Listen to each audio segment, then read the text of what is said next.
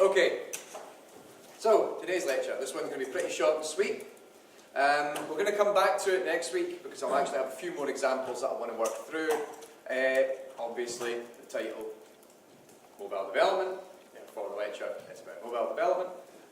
What I want to do, now the thing is that everybody here has been doing programming now for 2 terms. The vast majority of you have been doing programming for 2 terms because you're in programming too. Me. What I wanted to do is just kind of put it in context of everything you've learned in programming 1 and 2 and how does mobile development differ? Because there's an awful lot of things are the same, but at the same time, quite a few things change. One of the things you should be aware of, not only just in terms of writing software, but just that you're moving into a completely different area, a completely different ethos almost, and a marketplace which has got a lot, well, there's a lot more constraint on what you can and cannot do.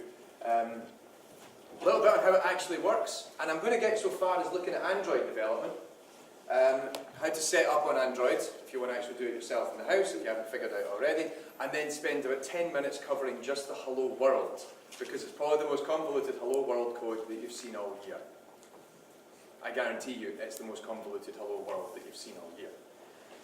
So, quick show of hands, has anyone here actually tried their hand at mobile development yet? 1, 2, 3, Dave, you don't count, you work here.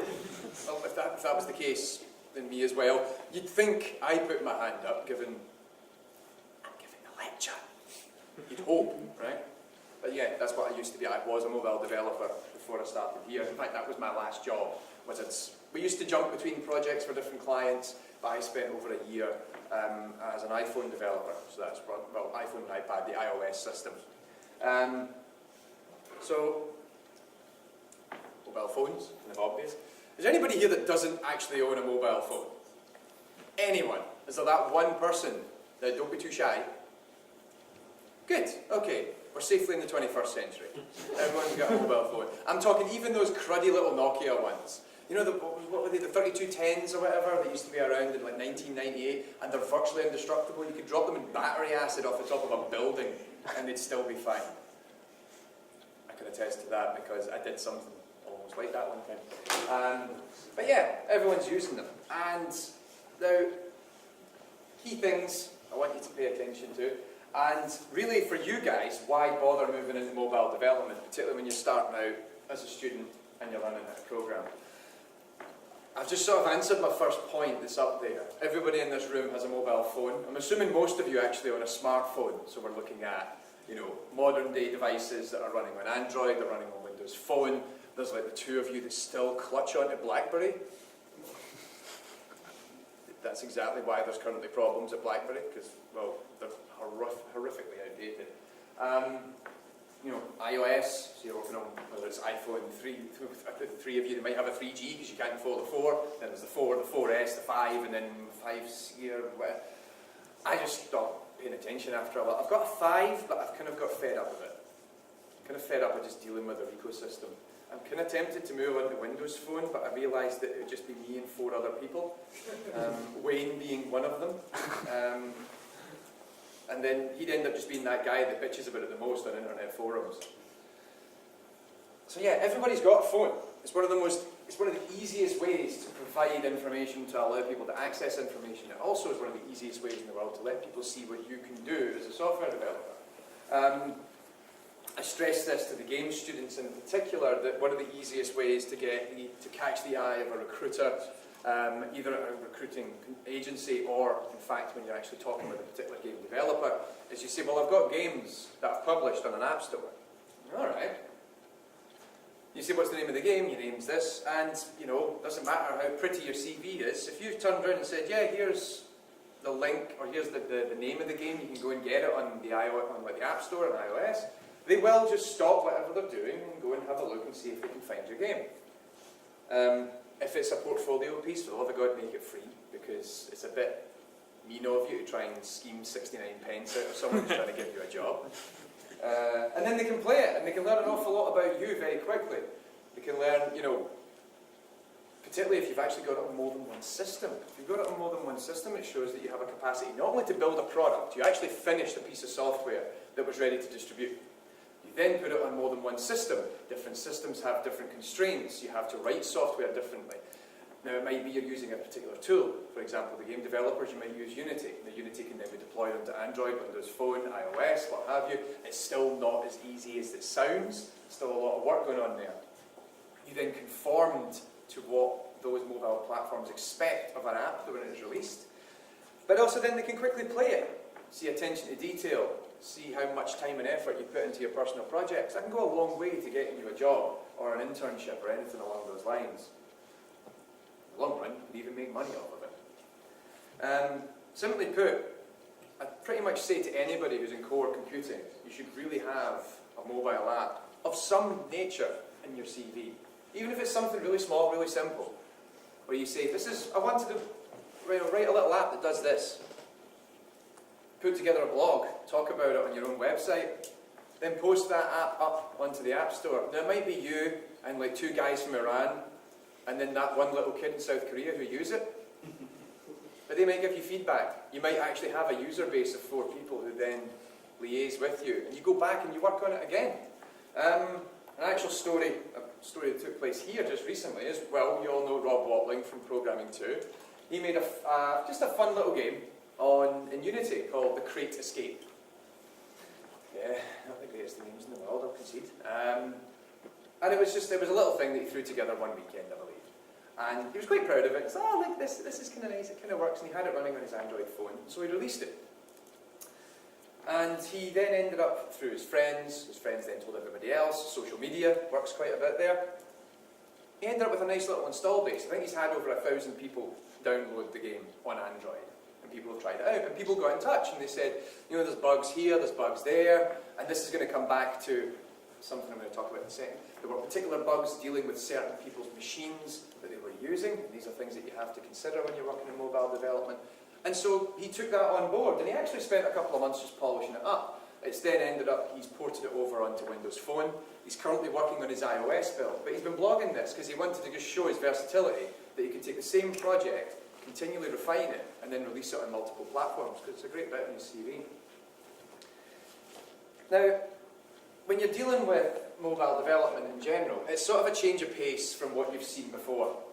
So if you remember Programming 1, we didn't really do anything exciting. You didn't even see it GUI. You saw just the basic console that came attached to Visual Studio 2013, which looks remarkably like a DOS prompt for those of you old enough to remember it.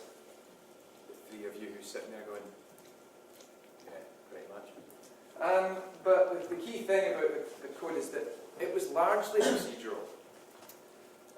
What you were doing was you write a piece of code in your main method, and if you recall, when you had this main method, it doesn't matter what classes that you defined or anything else, you would have a console.writeLine somewhere,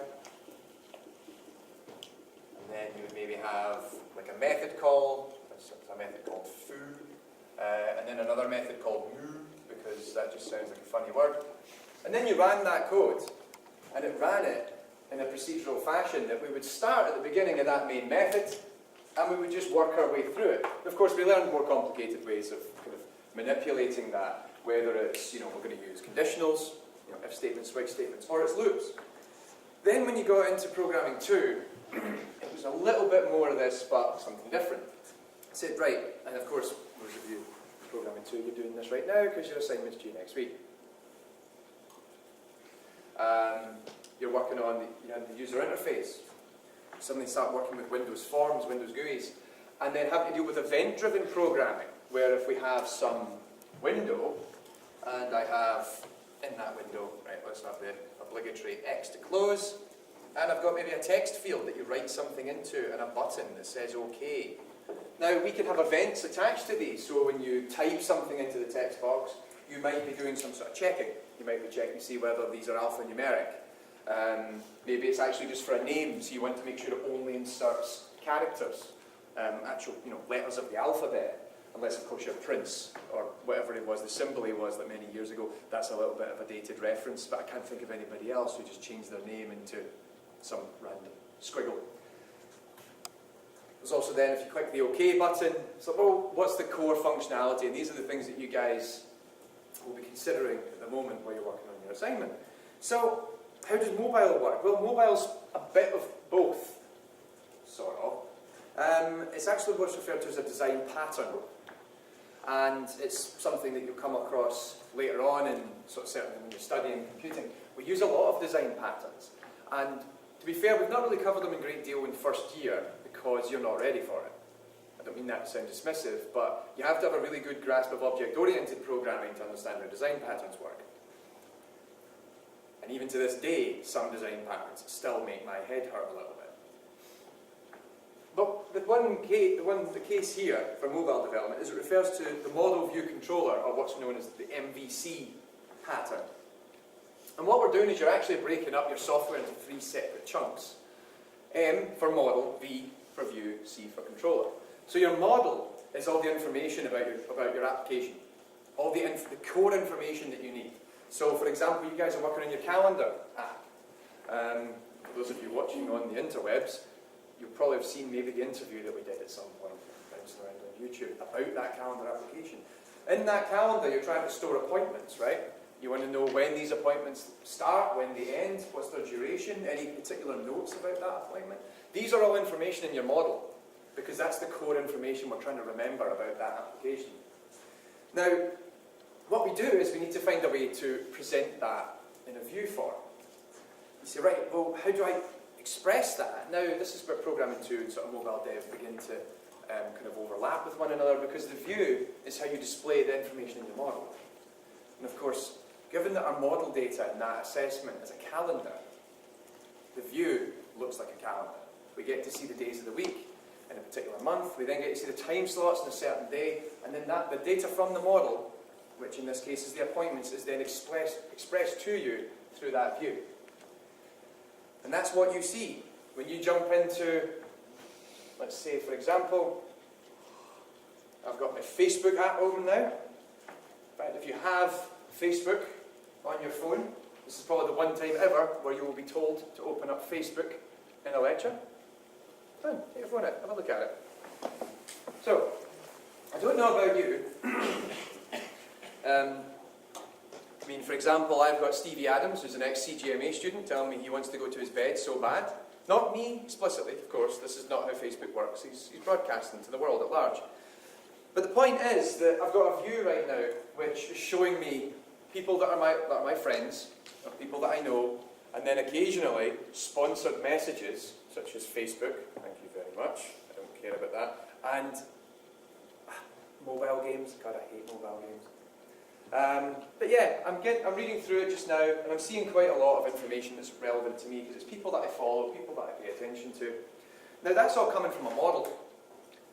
That information has been pulled off the internet, off of some server that Facebook allows you to access. We're pulling that information down, we're storing it on the system. And of course, how those models work can vary. And then the view is taking all that information, it's pulling back maybe, all my Facebook feed for the last 24 hours maybe. And it's then populating it on the screen and allowing me to read it. So that covers the first 2 parts. The last part is the controller.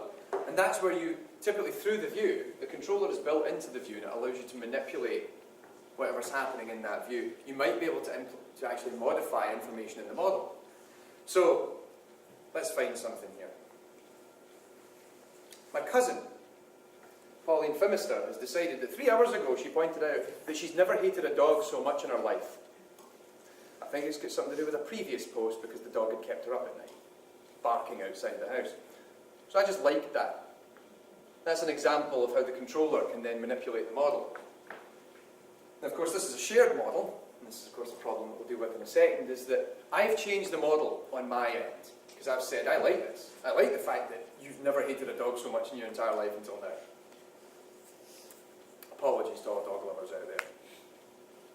But the thing is that she doesn't know that I've liked it yet. That then needs to be sent out. That model data is going to have to be sent out to the big server farm that's called Facebook. That's where the central model will be. And that's going to download onto her phone or on her laptop or wherever it is that she goes, okay, cool. Tommy liked that. You even see this, that Facebook's built around that. The changes to the model that are occurring in real time are your notifications. Because somebody's commented on something. and I've got 2 comments currently sitting on my Facebook. I'm not going to read them out. I don't want to give you a day-to-day breakdown of how my Facebook works. It's not really that exciting. It's probably just as exciting as your own Facebook. But you're even seeing just how something as simple as your Facebook app on your phone conforms to this structure. And basically, if you don't have that structure, you've got a broken mobile app. A model with a view without a controller is, well, just an app that shows something. You can never change the model. It might be that there's a controller underneath that updates that model. But you personally can't manipulate it. So you see it all across mobile. So thankfully I've just actually explained it in the context of Facebook, but you can immediately see how that impacts Twitter. In fact, Twitter's a little bit more convoluted, I would argue, because in some respect, first you've got your tweets that are coming in from yourself, you've got tweets from your followers, those who you are following, rather.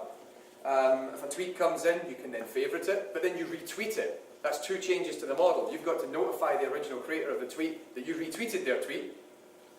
How many tweets can I say in one sentence? So you retweet the tweet. The guy who originally tweeted the tweet then acknowledges the fact that you retweeted the tweet, but you also then retweet that tweet to your Twitter feed. Right? Lots of tweeting going on there. Key thing is, continue changes to the model. Then somebody follows you, then their model changes, because their model recognises they're now following you, but their view is going to be different now, because it's also going to show your tweets in their Twitter feed. Yeah?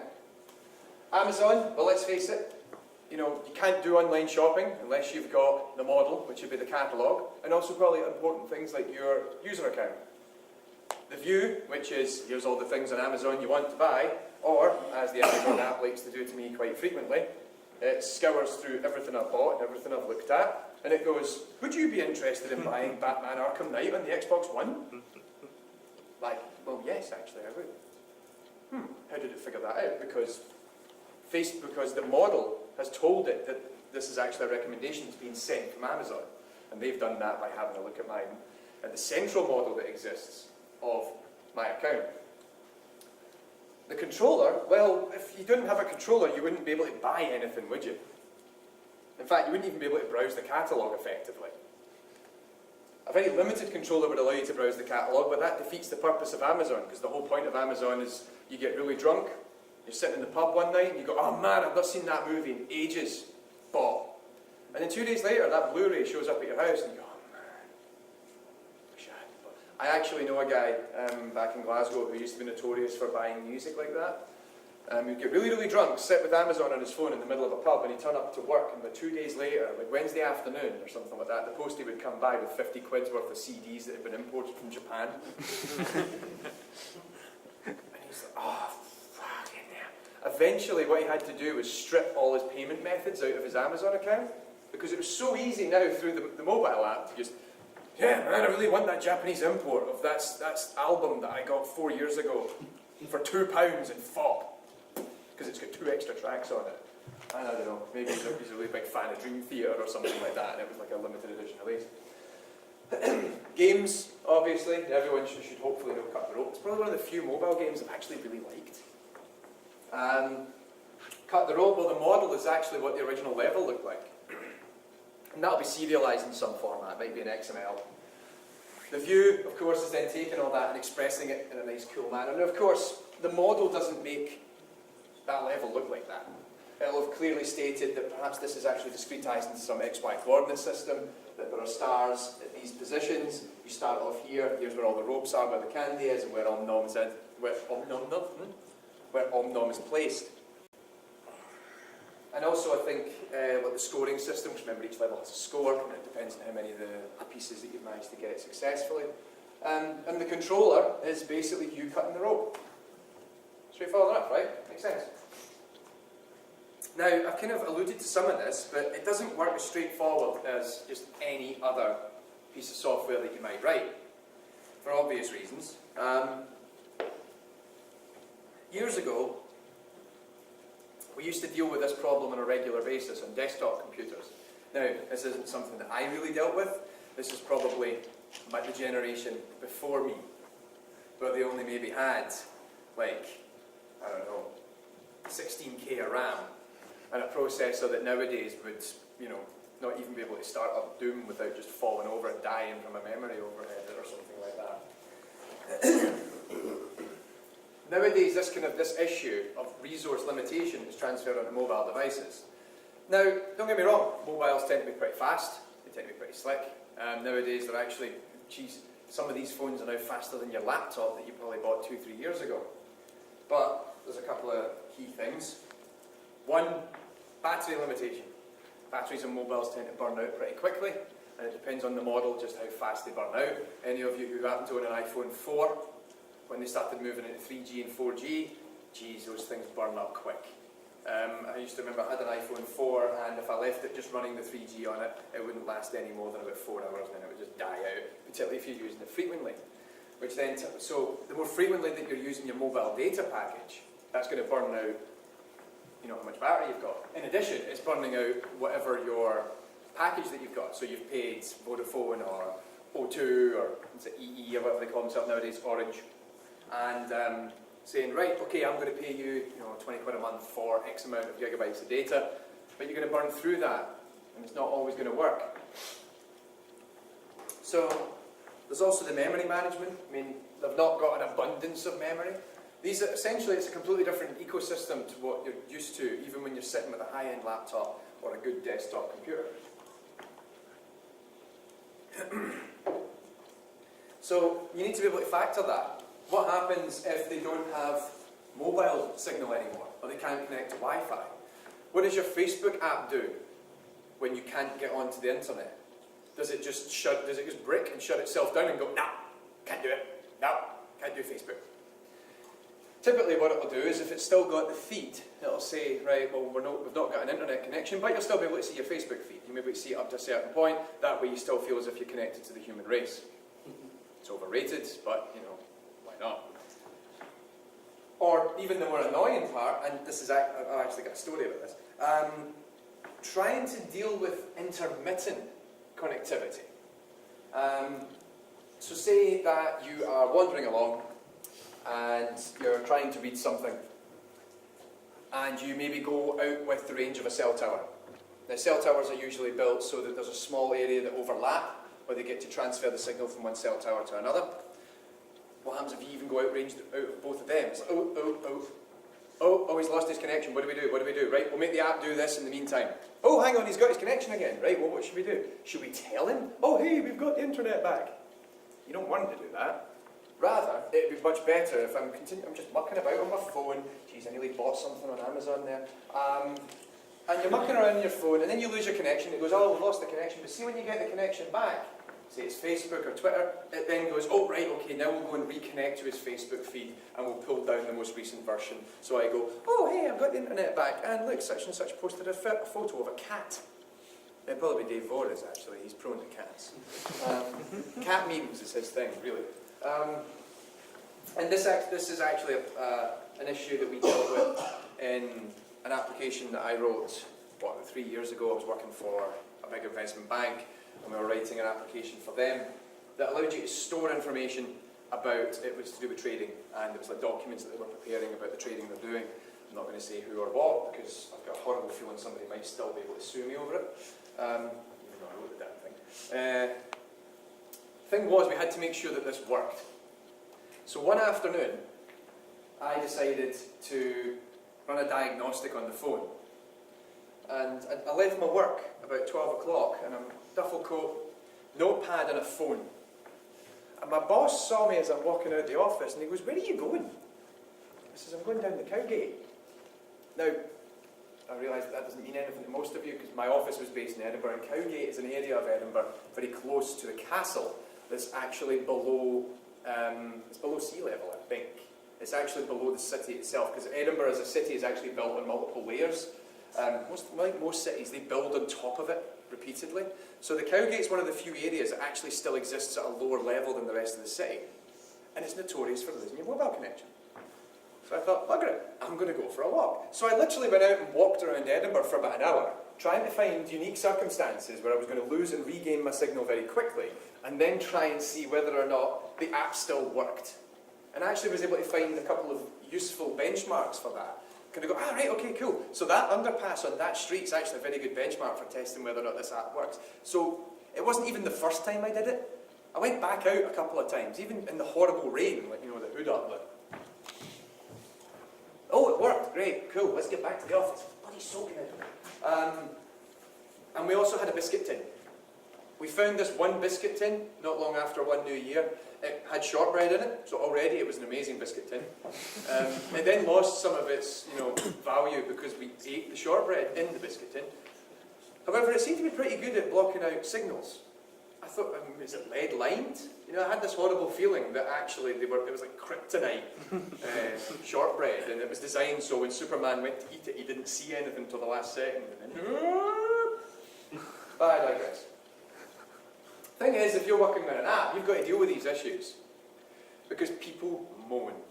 Of course, how do users get to connect with the people that actually make their apps? Through the internet. And of course, we all know how the internet takes reasonable, you know, easygoing, polite people and turns them into absolute horrible.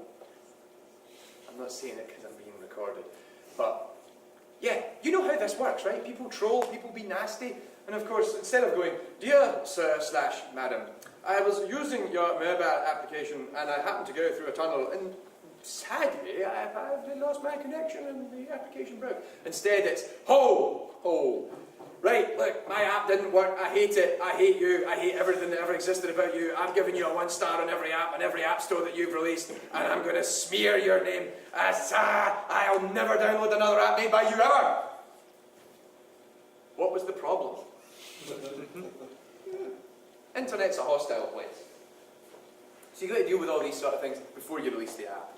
Then, of course, when you release the app, you've got to deal with all the guidelines.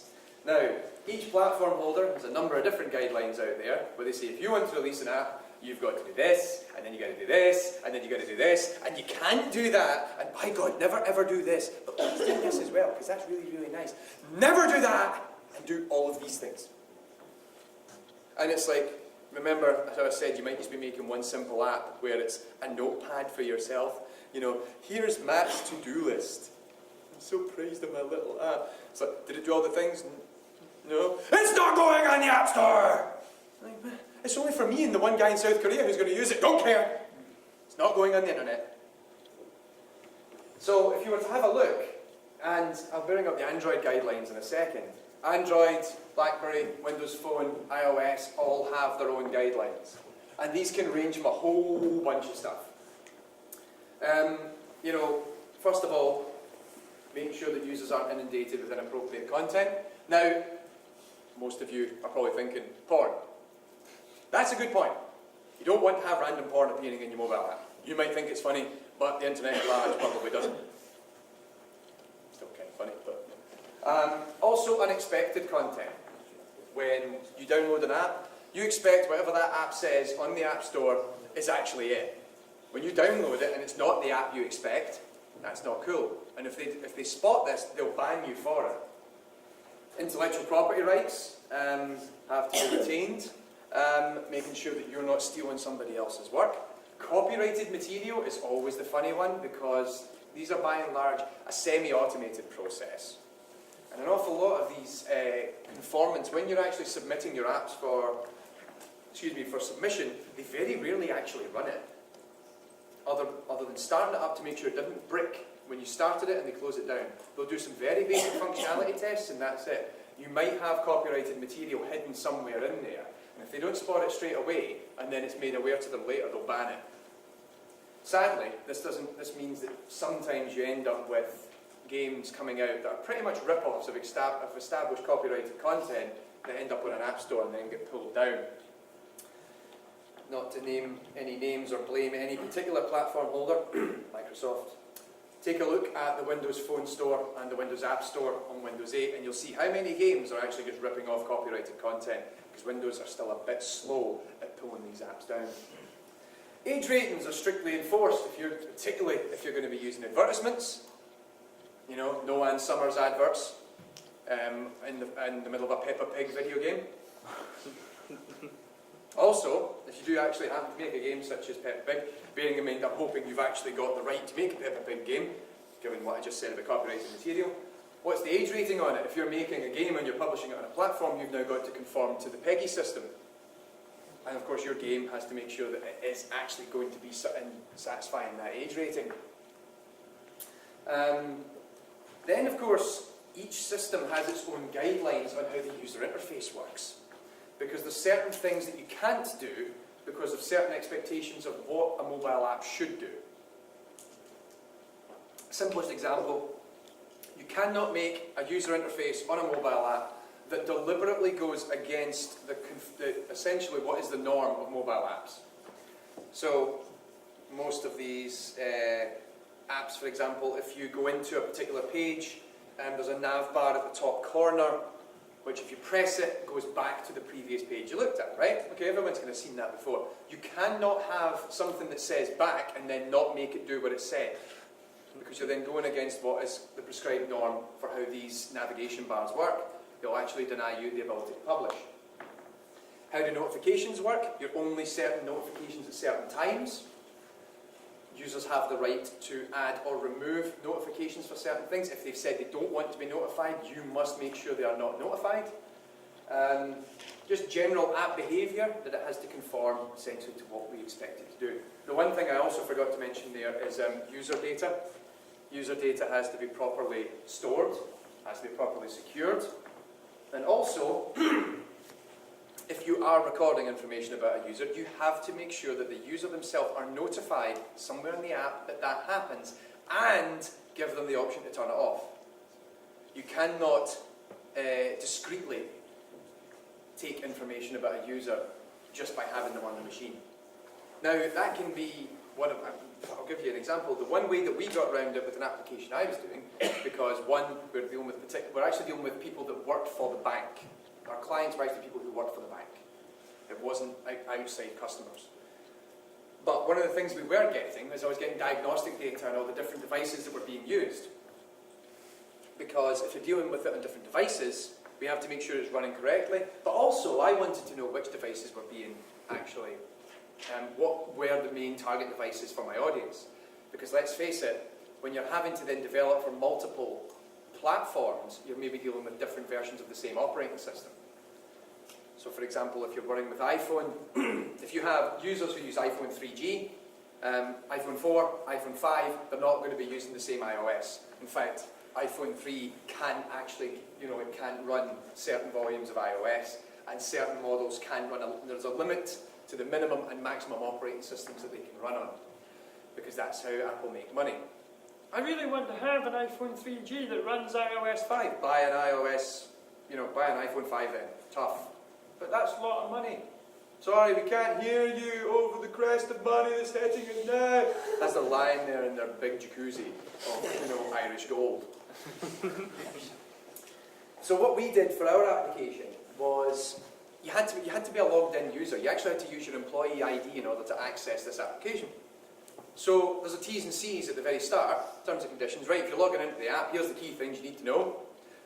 Blah, blah, blah, blah, blah, blah, blah, blah, blah, blah, blah, blah. All the financial regulation things which had to be told because we're dealing with financial information and working within the financial sector. And by God, you think software legislation's bad? Wait till you see the investment banking sector. Right at the bottom, it's pretty much, we are recording information, non-personal information, about your usage of this app. And they go, oh, God, no, I don't want you to know what I do on my phone. Decline. Cool, you can't get into the app. Is that fair? Not really. Does it conform to the guidelines? Yes. Because they can still technically run the app, it just doesn't do anything. It shows them a really pretty login screen. Not my problem. So, bearing all this in mind, different platforms, different devices using the same platform, different versions of the same operating system for a given platform, it can get a little bit frustrating. And so, just to wrap it up, I wanted to just talk about getting started with your very first Android app. I'm only going to open up the hello world today, but I'll come back next week with some more examples and begin to work through it. And how many of you, show of hands, who's actually got an Android device? So, a vast majority of you, let's see. iOS people? Anybody with iPhones? Cool. Don't kill him. Blackberries? None. Windows Phone. The few and the strong. There is actually literally 4 of you.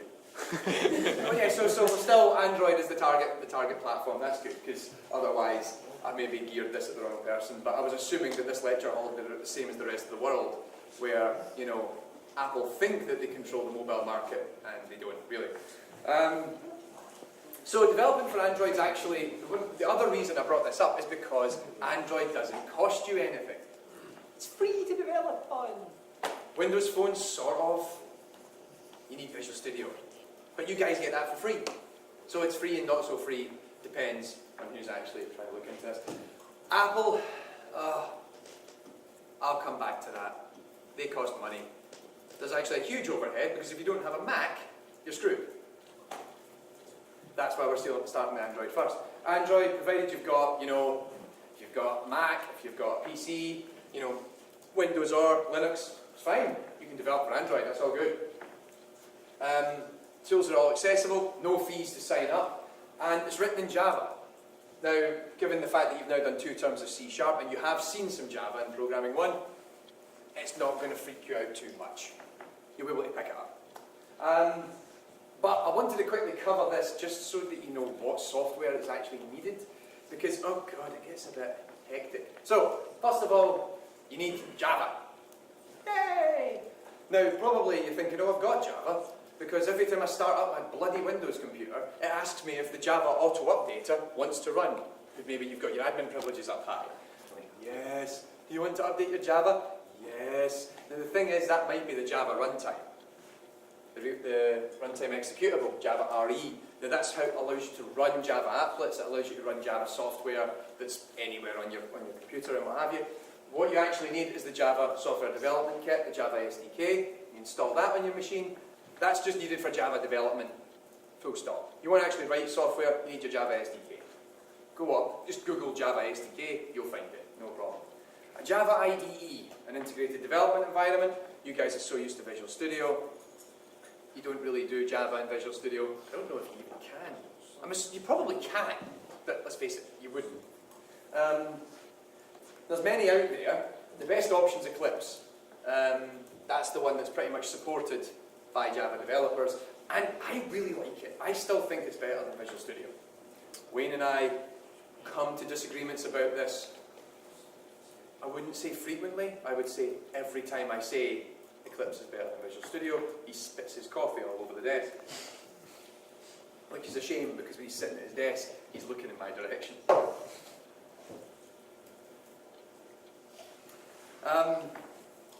But no, I think with the exception of 1 or 2 little tricks that Visual Studio can now do, I still think Eclipse is a much better platform for development. You also then need the Android development tools, the ADT. That gives you the Android SDK, so you can start building actual Android applications. The Android platform tools, which helps you then set up for particular types of platforms, you're looking at chipsets, architectures, and what have you. The Android emulator. Now this is assuming you don't have your own Android device, you can test it on the emulator. For the love of God, don't do it. The Android emulator is absolutely appalling. The iPhone emulator, on the other hand, is actually pretty good, but no. God, no. Just borrow an Android phone off your mate, or go out and steal one off a mugger. At that point, you're mugging the mugger, so you're actually, don't steal it. Just even buy one. You get student loans and all that. I realise it's near the end of the year, and you've probably blown it all already on I don't know, Monster and probably Coke. What type of Coke? I think depends on the person to person. Now the thing is, when you have the Android development tools, I'll bring up the website here. So that's Eclipse there. Oh, it's not there. It's in. How dare you? Where is it? Eclipse.org. That's where you go and build. You go and download your IDE. You just go into downloads. It goes alphabetical. I always forget what's the current version of Eclipse. What is the current version of Eclipse? I'm going to open it. I've got Kepler on my machine.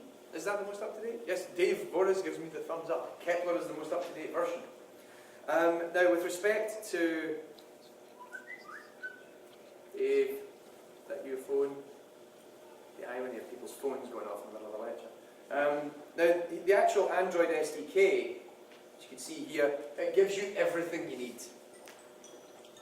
There's one caveat to that. If you don't have Eclipse on your machine, just download this. The full ADT bundle, I'm just doing it for Windows here. If you've already got Eclipse on your machine, don't. In fact, it sort of explains it over here. Show me your mouse. What you do instead is you download the SDK tools for Windows, because with the Eclipse platform you are able to add new packages onto the existing installation, and you use the, let's see, have a look. You use, no, go in. No, I don't want to actually download it now. Are you mad? There we go. So if you want to do it with an existing IDE, it actually explains to you here to install the Eclipse plugin. This can take a little bit of time, but follow the instructions and it works out quite simply. You turn it into Eclipse and say, I want to add new software, this is the software I'm going to add, this is the URL it's on, and it will just build it onto the existing setup. You might need to make sure you've turned on your administrator rights. It's actually more complicated to extend off of Eclipse, I think, than it is to just install it cold. So I would maybe say if you're starting out for the first time, just install it cold using the ADT the ADT toolkit that I just mentioned. Okay. Ooh. Right. So let's actually have a look at a really simple application. I can't even be bothered looking at the rest of this. Right. I have Eclipse. Ooh, is that up there? Excellent. So this is the Eclipse platform. I've literally just started it up for the first time today, and it goes to this welcome screen where it's like, hello and welcome to Eclipse, and here you are ready to write Java for us. which is sort of correct. Now, I don't want that, so let's get rid of the welcome screen. Hooray! And there's nothing in here. It's currently empty. I think actually the default workspace that it's using, I haven't saved any of my software. The big difference between this and Visual Studio, for those of you who have never tried it, is you tell it what your workspace is. You tell it I'm going to work out of a particular directory on your hard drive, and you store all your projects in the same directory. So this left panel over here, we actually begin to see all my different projects in the same place. I wonder, actually, if it will... doesn't matter. Anyway, now I can tell that my Android toolkit has successfully installed in this because I can see these two little icons at the top. My Android SDK manager, which means I have to add on any extra tools, and also it's talking about the Android virtual device manager. Now, this is a bit of a pain. If you want to run your emulator, you have to create a virtual device. You actually have to sit down and configure what is your own virtual Android actual phone, tablet, what have you. So before I actually even get started, I'm going to go and create a new one. And I'll just call it my phone. Then it gives you all these options of different devices. So this can help you if you're dealing with different screen sizes, if you're dealing with entirely different grades of a particular type of device. You can check to see, of course, because you can see here, it's showing you even the Nexus models at the top, the Google Nexus tablets, Nexus 4, 5, 7 and 10, and the resolutions that it's actually pumping out on, which is pretty good. And then I can just create that, I can tell it what the storage is going to be, so I'm going to quickly create a Nexus 7, I'm going to have it running on Android 4.4.2, and I'll just use ARM. Doesn't matter about a skin or anything like that. What am I needing? Oh, okay, fine. Skin with dynamic hardware controls. Now, sometimes you'll note that it also has a bit of trouble with memory. It does say here on Windows emulating RAM greater than 768 megabytes may fail depending on the system load. And it will sometimes do that. It's a pain in the teeth. If you ever actually want to test one of your apps, you need to have built one of these phones in your Android Virtual Device Manager. So, just to quickly wrap up, because I think there's already people knocking on the door. Let's make a new project, and I'm going to find my Android projects. There we go. Android application project. Go in, I want to give it the name of my application. So this is all pretty straightforward stuff. my app, it'll set up a project based on the same name as your app, and it will also set up the package name. Now, this is a uniform package name, I'd maybe change it to something more explicit, such as maybe even your name or a development handle that you go by. Note how it's actually allowing me to dictate what's the minimum and maximum SDKs that I conform to. The broader this is, the more different people can use your app at the same time, but the limitation then is that you have to be able to factor for those different people. So if you use functionality that only exists in API 19, you might actually be limiting what could happen is you might break the app on people whose devices are less than API 19. Yep, fine. And I can't be bothered dealing with the icon, but that's okay. And we'll start with the blank activity. Yeah, do it, just do it. Go! Takes a little second, but it's going to get there.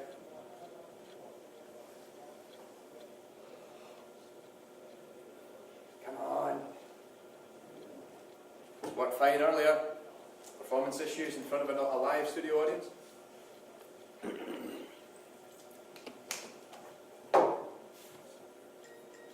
This is when you play the intermission in the video, Dave. Will do. Oh, yeah. This gives you an indication of how much work is going on under the hood just to set it up. Now, here's the scary bit. Ooh, don't do that. That's not the scary bit. This is the scary bit. That is your application. That's Hello World. Look how freaking big that is. That is massive. The key thing is that it's actually separated into a number of different views. What we've got is the model, the view, and the controller on the same application. And the real problem is understanding how all this works. See when that runs, it's going to show you that screen and say Hello World on it. Sadly, I don't think we've got enough time for the remainder of this session to actually go through it, so I will start the next session by going into this in a lot of detail, and I'll show you a few other examples.